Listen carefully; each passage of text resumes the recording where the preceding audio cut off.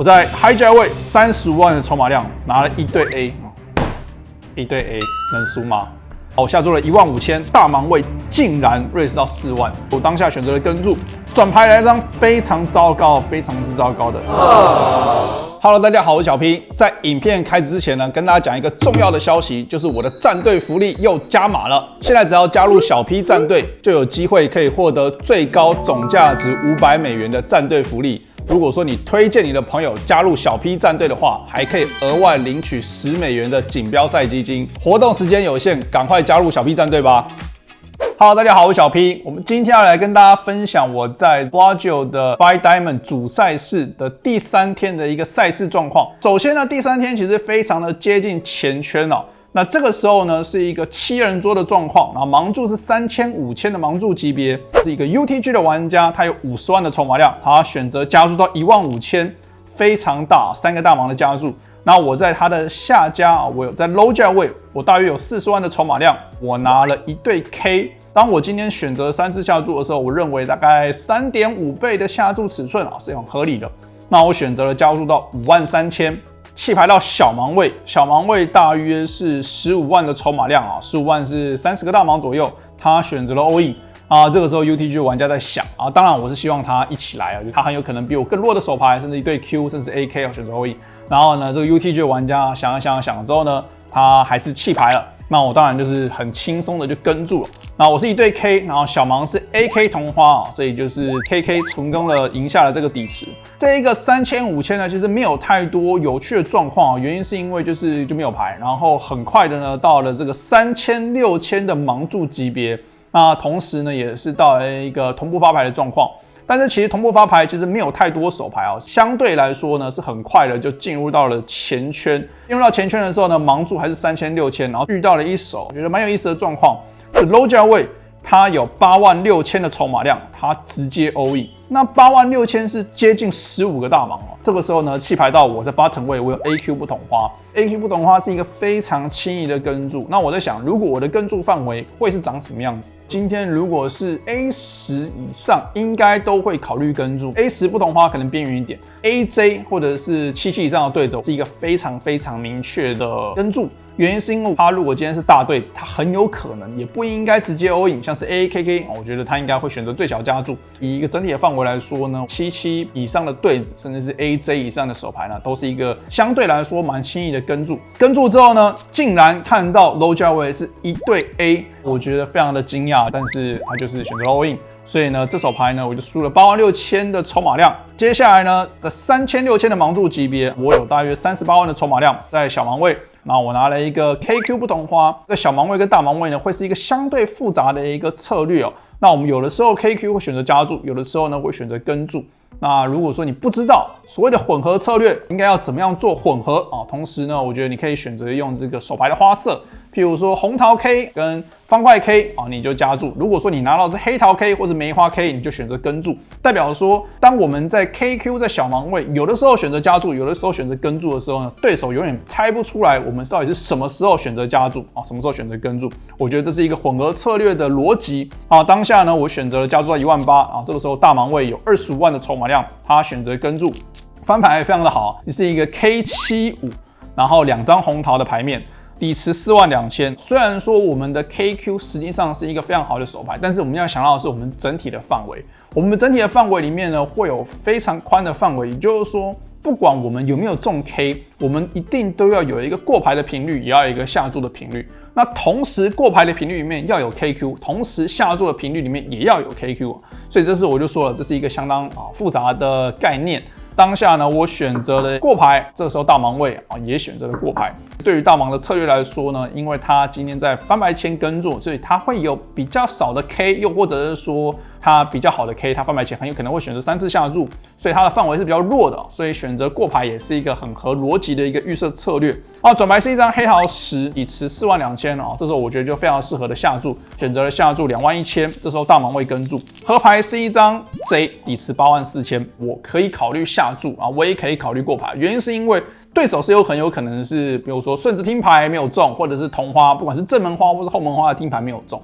他很有可能会炸。所以我觉得我的 KQ 呢可以考虑放在合牌check 去抓炸，当然也可以主动下注认为它的10或 J 都有可能会跟注，这两个策略都可以，这个没有什么一定。当下选择了过牌，然后呢大盲位也选择了过牌，那我当然就知道我的牌一定是最好的，因为他如果有比我好的牌，他绝对不可能过牌。他就看到我的牌之后呢，他就弃牌。接下来呢是在一个4000、8000的一个状况，短筹码在小盲位选择了全下61000，我在大盲位拿 KJ 不同花，非常轻易的跟注，对手是90不同花，那我是 KJ， 然后我就赢下了这个底池。先不讲说我们 KJ 是一个轻易跟注，我们想一下。对手 all in 的范围，我认为会是一个超过70%，超过70%的话呢，我们在大盲位会跟注的范围，我认为至少会跟注到50%甚至更高。那50%是什么概念呢？我认为所有的对子、所有的 A、所有的 K， 然后所有的同花 Q8 不同花以上 ，J9、J8 应该都会跟注，90同花，然后 J9 不同花应该都会跟注。大概会是这样的范围，我认为只要是接近50%的范围，大概都会选择跟注，所以 KJ 当然就是一个非常轻易的跟注，然后就赢下了这个底池。接下来呢，这手牌呢是我非常的不爽这手牌什么状况？这手牌呢是在5000、1万，我在 hijack 位35万的筹码量拿了一对 A，一对 A 能输吗？然后加注到2万，大盲位的筹码量它有40万。他选择了跟注，反牌是 QJ10，底池55000，大盲位当然是一个过牌然后这个范围对上我是非常的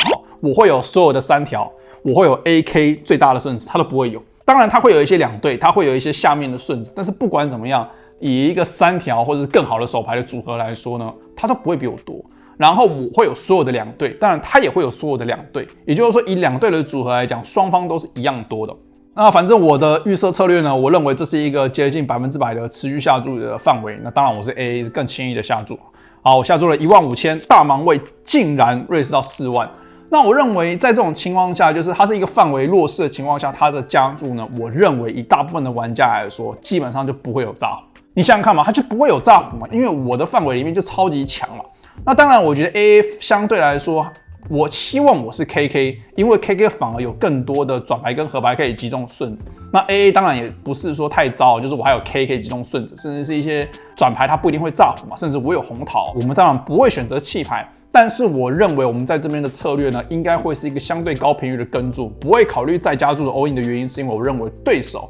基本上太少炸胡，又或者是说我认为他的炸胡合理的手牌选择是一些什么 K 插红桃。或者是9插红桃，2张红桃带顺子的听牌。那对上这样的组合，就算我是 AAKK， 我的赢率呢没有太高。我们在有位置的情况下呢，跟注我觉得是最好的策略，所以我当下选择了跟注。转牌来一张非常糟糕、非常之糟糕的梅花9，代表1张8就成顺，1张 K 就成顺。然后呢，底池135000，这个时候呢，大盲位选择下注75000，这是非常的遗憾所有的3条都可以考虑跟注，看合牌有没有开叠牌。那如果说我今天是有 K 的话，我有超多的 K 嘛，对不对？我有 KQ、KJ、K10，我有 AK， 我有 KK， 都可以跟注跟继续。但是我的 AA 呢，反而在这个情况下呢，是一个最糟的手牌。所以呢，当下很遗憾就是必须要含泪弃掉我的 AA， 没办法。这是一个我认为这长期来讲是一个正确的弃牌第一个就是它根本就不应该有炸胡，又或者是说这个转牌就算它有炸胡，它也很难落后我。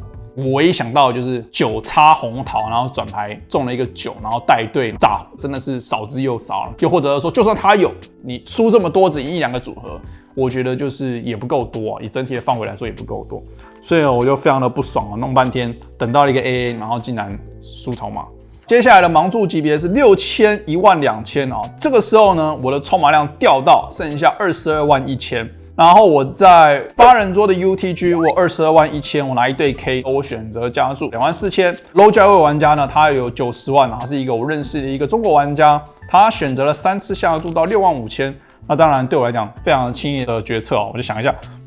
演一下拖一点台前好像很难好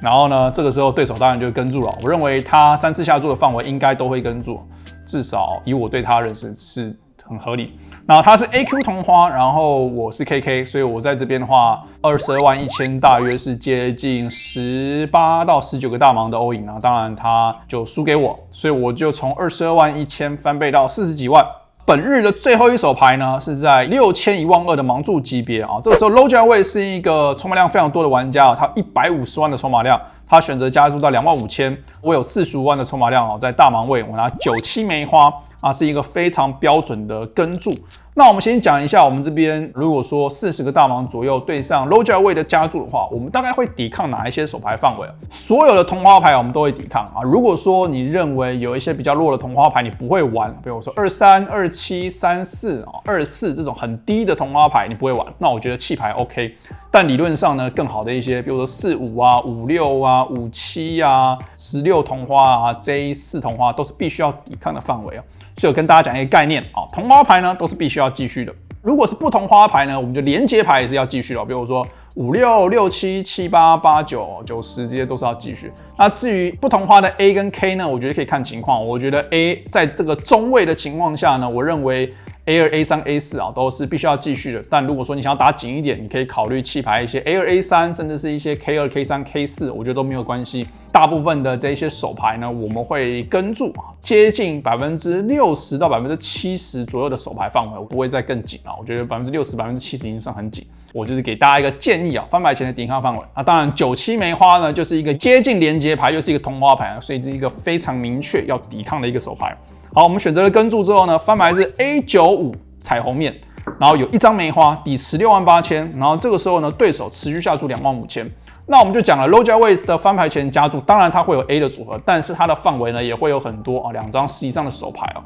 而且甚至会是一些 K10不同花、Q10不同花、10J 不同花的手牌范围，在它的范围之中，也就是说它还是会有非常多的照，它甚至会有一些更弱的对子，譬如说66、77、88选择下注，他认为他需要保护啊，我的范围很宽，所以他甚至会下注比我更弱的对子，代表是我们今天这个中队是一个非常非常轻易的跟注，所以我当下选择了跟注，转牌来一张梅花 Q， 同时就有一个后门2张梅花嘛，非常好的状况，底池118000，这个时候呢我又过牌。对手呢又下注了65000，在我的范围里面，第一个他如果有 A 的话呢，我们还有非常多的 outs 在合牌可以击中2对或者击中同花赢下底池，我手牌是相对来说是非常轻易的跟注啊。我当下选择了跟注，合牌来一张非常好的牌啊，梅花3，我们击中了后门同花，底池248000。这个情况下呢，可以考虑领先下注，但我认为以一个预设策略来说呢，我觉得还是会是一个高频率的过牌，尤其是对手还是有可能会持续下注他的所有的 A，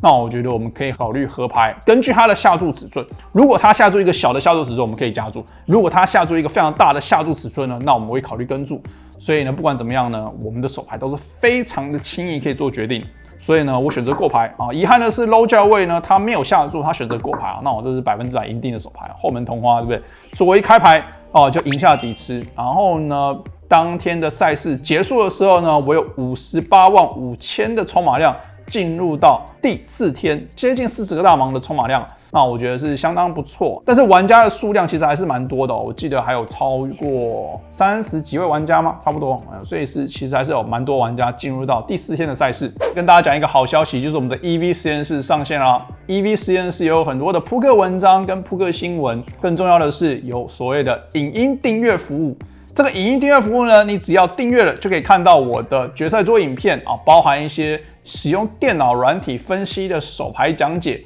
如果说你对于学习扑克有兴趣的话呢，欢迎到下方的资讯栏点击到我们的 EV 实验室看看吧。好，如果说大家想要问我手牌的话呢，请到下方链接我们的 Discord 手牌投稿区，那我会整理一些有意思的手牌，然后再一次跟大家做一个影片来做回复。如果说你喜欢我的影片的话，记得订阅分享。我是小 P，